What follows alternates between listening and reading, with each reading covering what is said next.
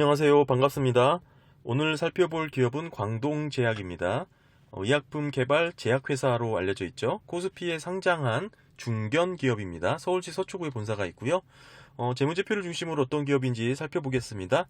기업의 주요 제품을 보시면 일단 우리에게 익숙한 삼다수라는 생수가 있죠.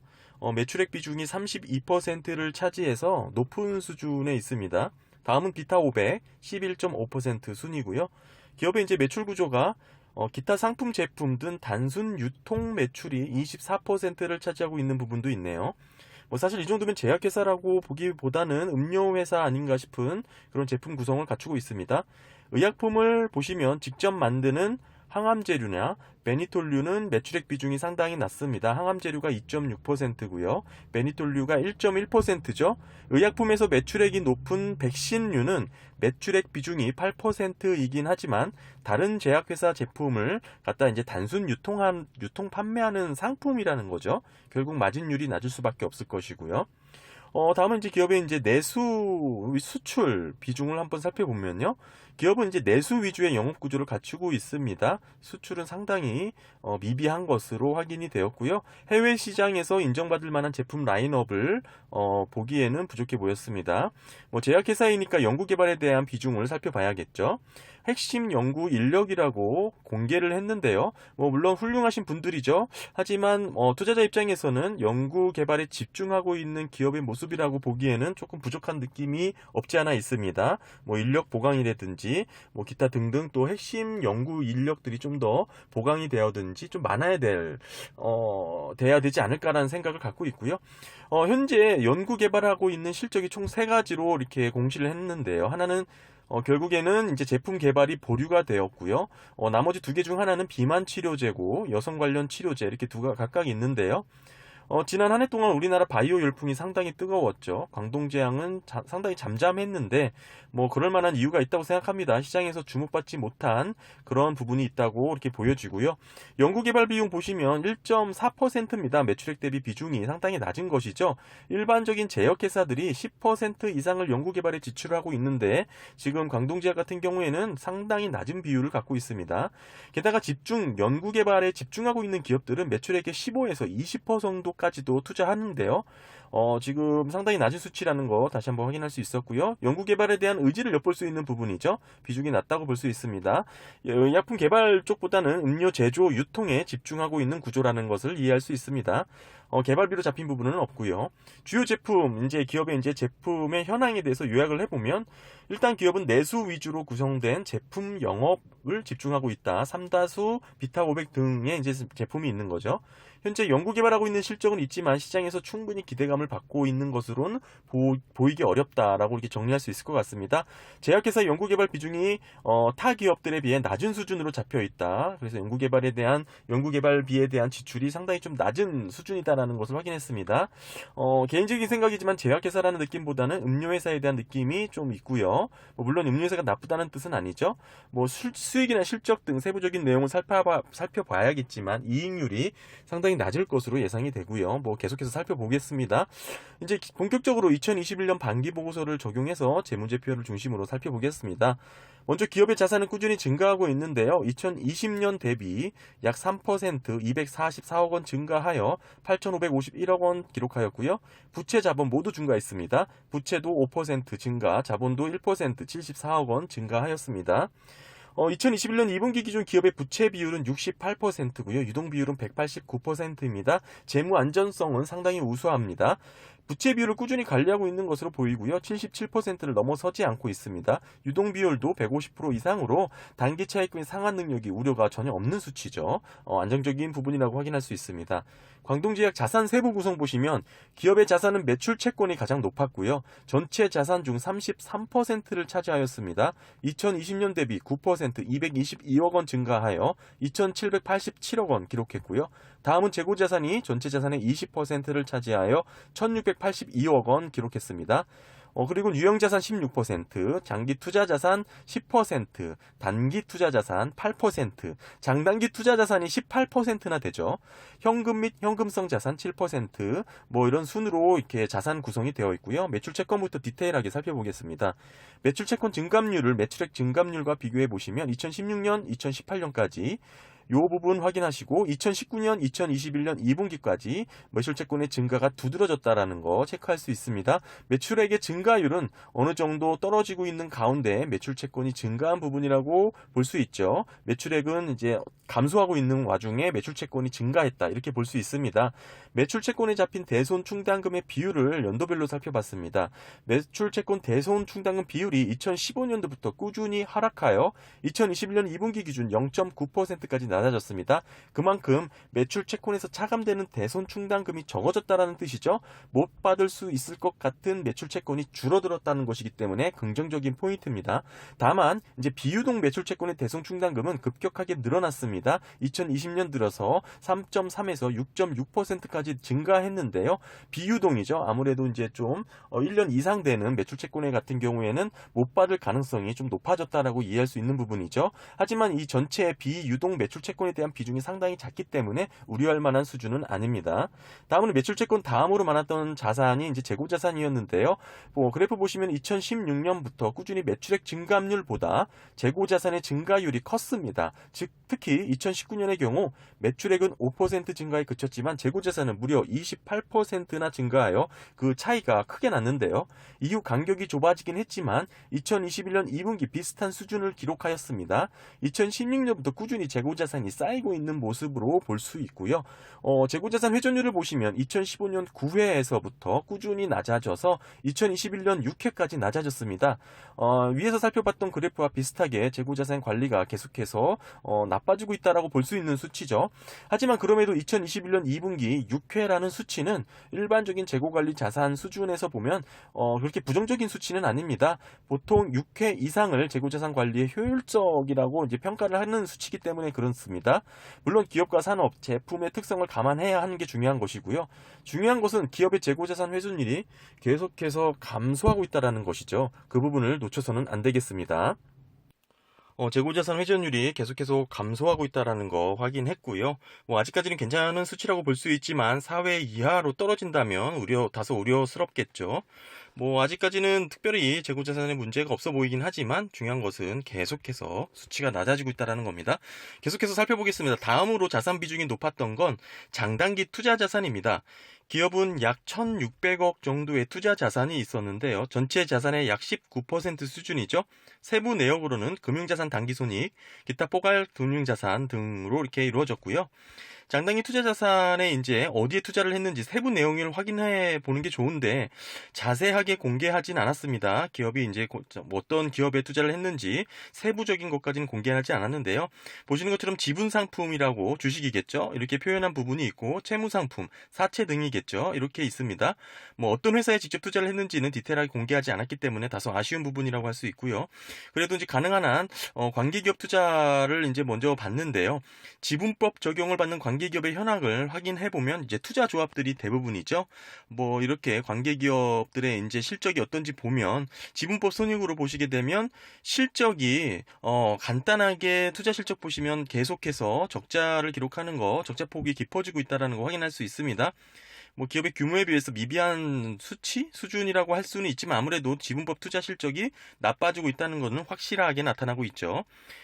참고로 지분법 투자는 실제 현금으로 손익이 잡히는 실적이 아니죠. 장부상, 회계상 변화뿐입니다. 영업이익에는 반영이 안 되지만 단기 순이익에는 반영이 되고요. 현금이 나가고 들어오는 건 아니기 때문에 현금 흐름표에서는 다시 가산해주게 됩니다. 쉽게 광동제약들이 들고 있는 주식 가격이 떨어진 것이라고 이해하시면 되고요. 아직 처분, 매도하지 않았기 때문에 회계상, 수치상 마이너스로 기록된 것입니다. 이렇게 기업의 이제 타법인 출자 현황을 놓고 봤을 때 타법인 지분법 적용을 받는 관계 기업을 제외하면 금융자산, 단기손익에 포함되는 금융자산으로 분류를 해볼 수 있겠죠. 그냥 리스트업해서 알려주면 될 것 같지만 뭐 일일이 이렇게 비교를 해서 차감하는 방식으로 확인을 해봐야 되는데, 그렇게 정리를 해보면 기업에 투자한 금융자산은 CL팜 비상장이고요, 비트로시스 마찬가지로 비상장이고, 바이넥스, 그리고 옥스포드, 뭐 캔설, 뭐 바이오메이커스, 뭐 제안회사 등으로 이렇게 확인이 되는데요. KD바이오 투자조합 5호의 경우 지분율이 50%를 넘었지만 의사결정 방식이 뭐 출자자 수의 5분의 2 이상의 찬성 방식이라는 그 조항 때문에 지배력이 없다라고 판단하여 종속기업에서 관계기업으로 변경되었다는 것도 이렇게 확인이 됩니다. 결국 이제 지분법 적용을 받기 위한 결정이라고 볼 수 있고요. 아무튼 잠깐 살펴봤지만 기업의 타법인 투자 변동이 제법 많았습니다. 이렇게 이제 금융자산에 대한 세부 내역까지 살펴봤고요. 다음은 광동제약 부채 세부 내역까지 보겠습니다. 매입 채무가 전체 부채의 54%를 차지하여 1,855억 원 잡혔고요. 단기 금융부채 32%, 장기 금융부채 7% 순입니다. 장단기 금융부채의 내역은 단기 차입금이 뭐 1.5%에서 1.76%로 이렇게 차입을 했고요. 장기 차입금은 2.82%로, 사채 같은 경우에는 1.84% 220억, 2.95% 100억으로 이렇게 차입을 했습니다. 일부 리스 부채가 있고요. 사채 같은 경우는 3년 후 일시 상환 조건이고 이자 지급은 3개월 후급 조건입니다. 다음은 광동제약 자본 보시면 자본금이 524억 원이고요. 자본잉여금이 552억 원입니다. 전체 자본의 11% 수준에 그쳤습니다. 이익잉여금은 자본의 82%를 차지하여 자산 대비 49%로 볼 수 있고요. 건실하다고 볼 수 있는 자본 구성입니다. 꾸준히 이익잉여금이 증가하고 있고요. 2020년 대비 1% 44억 원이 증가하였습니다. 지금 재무상태표, 대차대조표 정리를 한번 해보면 한마디로 표현할 수 있다는 것은 건실한 기업이라는 것입니다. 하지만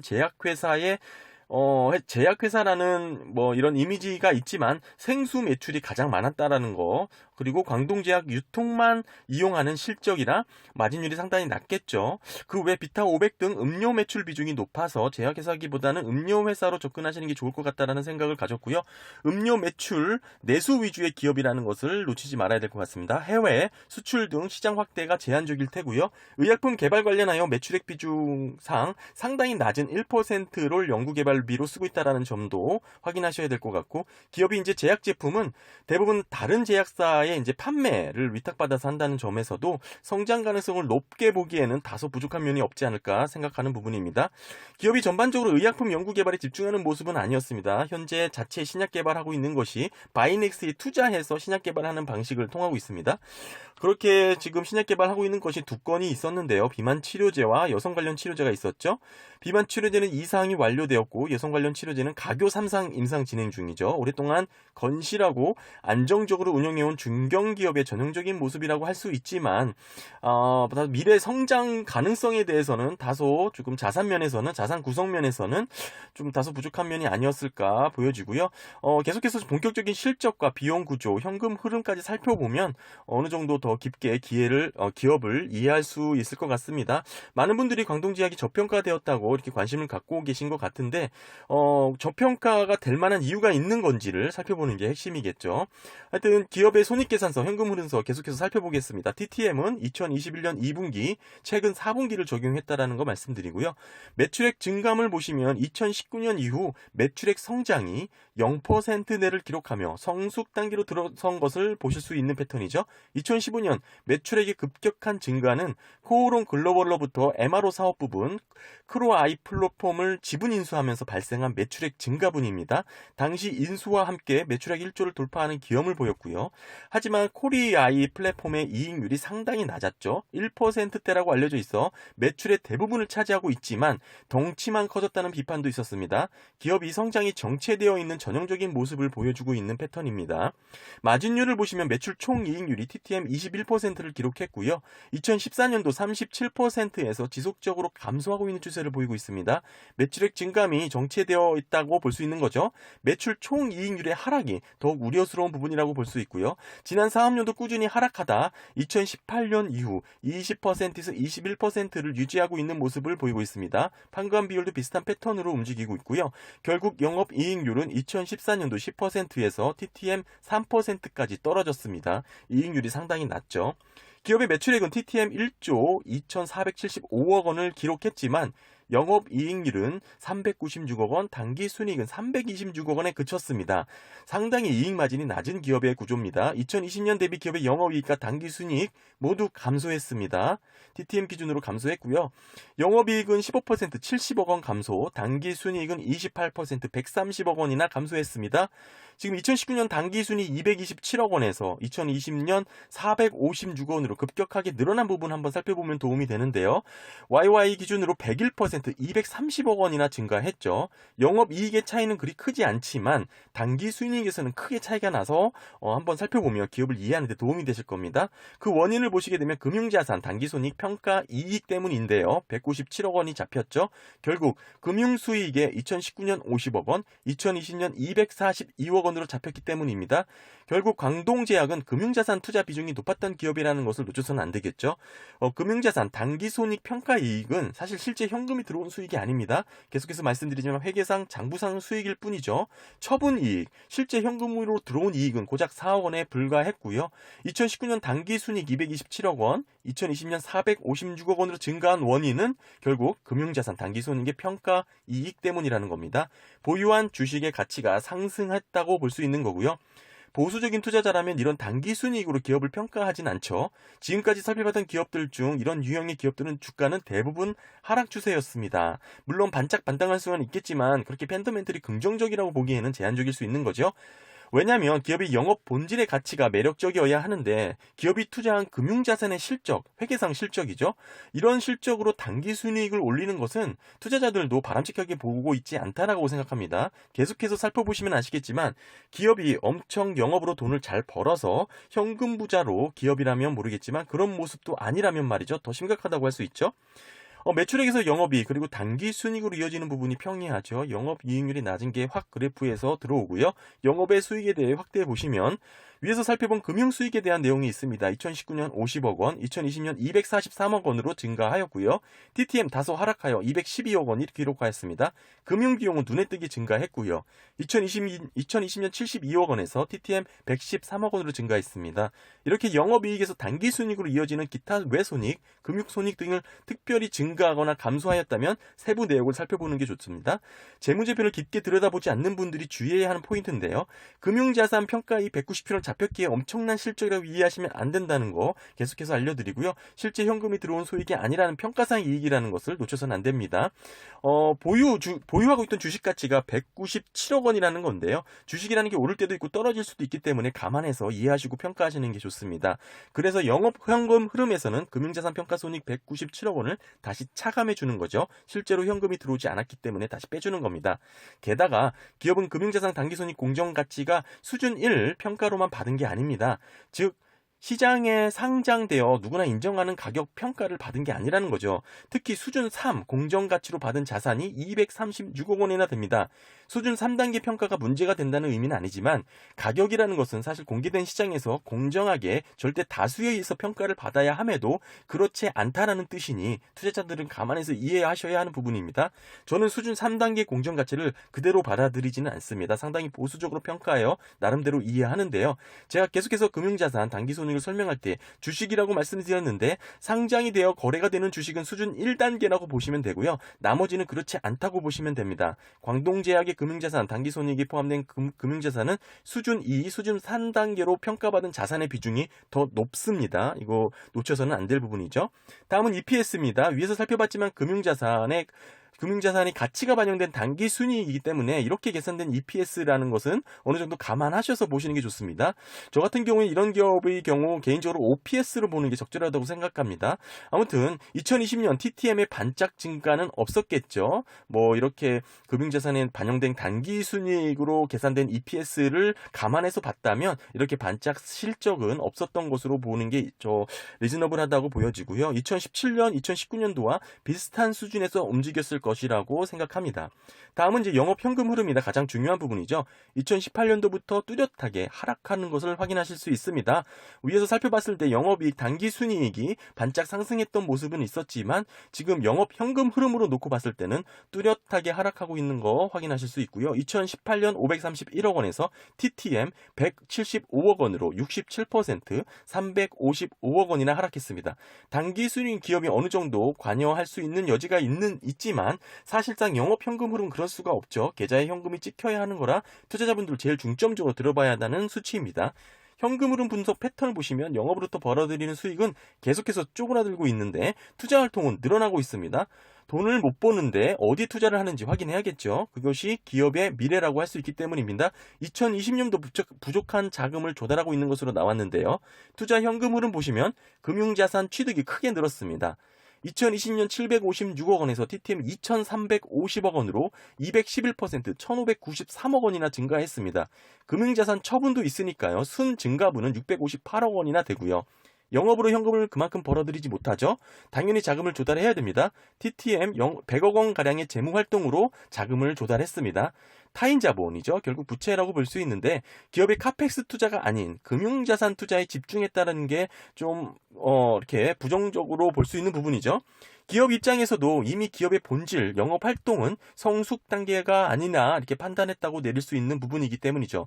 차라리 금융자산에 투자하여 더 높은 수익률을 볼 수 있다고 분석했을 수 있다는 것입니다. 그렇지 않고서야 본인 기업의 핵심 영업 가치에 투자하지 않고 금융자산에 눈을 돌릴 만한 이유가 딱히 없다고 보기 때문입니다. 재무활동 현금흐름 보시면 TTM 기업은 단기 차액금 100억 원을 차입하였고 사채도 120억 원가량 발행하여 자금을 조달했습니다. 이렇게 조달한 자금으로 금융자산 등에 투자를 한 것이죠. 배당금 지급 41억 원을 썼고요. 개인적으로 상당히 제가 안 좋아하는 현금 흐름의 모습입니다. 돈을 엄청 잘 벌어서 금융자산에 투자하는 것도 마음에 안 드는데 지금 회사 이름으로 타인 자금이죠. 부채를 조달하여 영업 본질에 투자하는 것도 아니고 투자 목적이 금융자산을 취득한 것인데요. 저는 이런 기업을 아무리 좋게 이해하려고 해도 다소 좀 평가가 어렵게 나올 수밖에 없네요. 기업은 감가상각 수준에서 카펙스 지출이 이루어지고 있음을 알 수 있습니다. 이 그래프 보시면 지금의 매출 수익 창출을 위한 시설 재투자 수준으로 봐도 무방한데요. 새로운 신규 사업 투자나 지출로 볼 수 있는 카펙스 지출은 보이지 않죠. 간극이 없습니다. 기업도 지금의 영업 구조로는 성숙 시장, 확장의 제한적인 시장이라는 것을 충분히 이해하고 있다라고 생각하고요. 공격적인 카펙스 투자 없이 금융자산 투자에 집중하고 있다라는 것을 계속 확인할 수 있습니다. 기업의 금융자산 투자 비중을 비교한 그래프입니다. 영업 현금 흐름과 투자 활동 현금 흐름의 금액 대비 상당히 금융자산 투자 비중이 높은 것을 확인할 수 있죠. 물론 금융자산 처분도 비슷한 수준으로 있다는 걸 놓쳐서는 안 되겠습니다. 결국 처분 매입이 빈번하게 이루어졌다라는 거죠. 단기 금융자산 기타 단기손익, 기타 포괄손익 등 상당한 금액의 수준을 처분하고 취득하고 있는 것입니다. 그렇게 기업의 금융자산을 사고 팔고 하면서 금융자산의 비중이 증가하고 있는 것입니다. 단순히 기업의 FCF, 잉여 현금 흐름만 보고 기업에 여유자금이 있다고 생각하실 수 있는데요. 그렇게 간단하게 기업을 훑어보면 오해하실 수 있는 부분이 많습니다. 기업은 워낙에 카펙스 지출 비중이 낮았기 때문에 자연스럽게 FCF가 높게 나오겠죠. 그마저도 TTM은 마이너스 15억 원을 기록하기도 했는데요. 지금 보이는 팬더메트를 저평가되었다고 말하지 않고 저평가가 될 만한 이유가 있다고 말하는 게 정상적이라고 생각하고요. 기업의 재무 상태는 우수하고 실적도 안정적이라고 볼 수 있습니다만 성장성에 있어서는 긍정적인 평가를 찾을 만한 포인트가 어려웠습니다. 이런 기업에 이제 투자하실 경우에 자칫 물릴 수 있다는 것을 주의해야겠죠. 좀 더 살펴볼 부분이 많지만 사실 그다지 더욱 찾아봐야 될 이유를 찾기 어려웠고요. 바이오에 이제 집중된 채권 주식이라기보다는 조금 어느 한 성숙 시장 단계에 들어선 그런 안정적인 주식이라고 봐야 되는 게 적합할 것 같다는 생각입니다. 아무쪼록 오늘 광동제약에 대해서 재무제표를 살펴봤는데요. 기업이 궁금하신 분들에게 다소 도움이 되셨길 바랍니다. 감사합니다.